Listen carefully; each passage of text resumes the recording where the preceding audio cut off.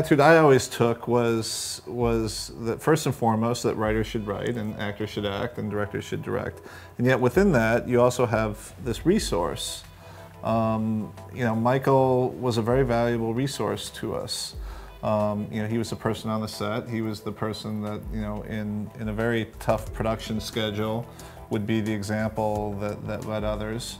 You know, so we talked a lot about his responsibilities on the set to do that. And then I was always interested in his take on Vic Mackey.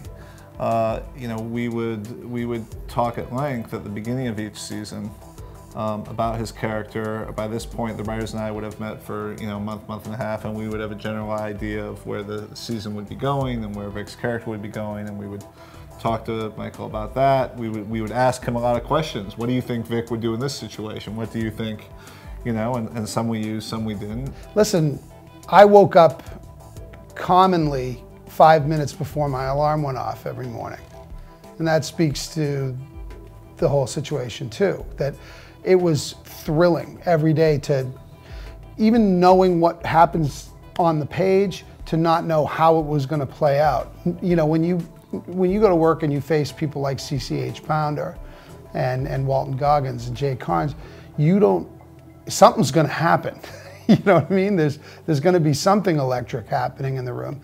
And that's thrilling to have the opportunity to go to work under those circumstances every day. On the other hand, yeah, we had to go to some real deep, dark, nasty places every week, which wasn't always thrilling.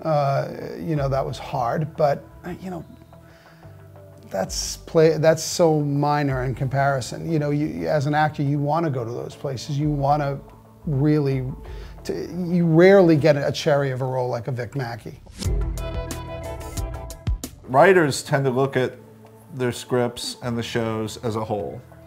And actors are very good at looking through the prism of their character. Does this make sense for what I'm doing, especially considering what I've done last week and this other thing, and they're a good reality check for you. So, you know, I think the best shows are the ones where, you know, where the person running the show and the person starring in the show are pulling the same wagon. You know, if it becomes about superfluous crap. Yeah, or the actor wants Fridays off. Right. If that's the first thing, you know, I want Fridays off. So you can't film at that location that you need to film because I want my long weekends. Yeah, we were just interested in making a great show every week, and it came from that standpoint. And we, you know, I think respect each other tremendously and honored each other's place in that mix and functioned from that place. You know what?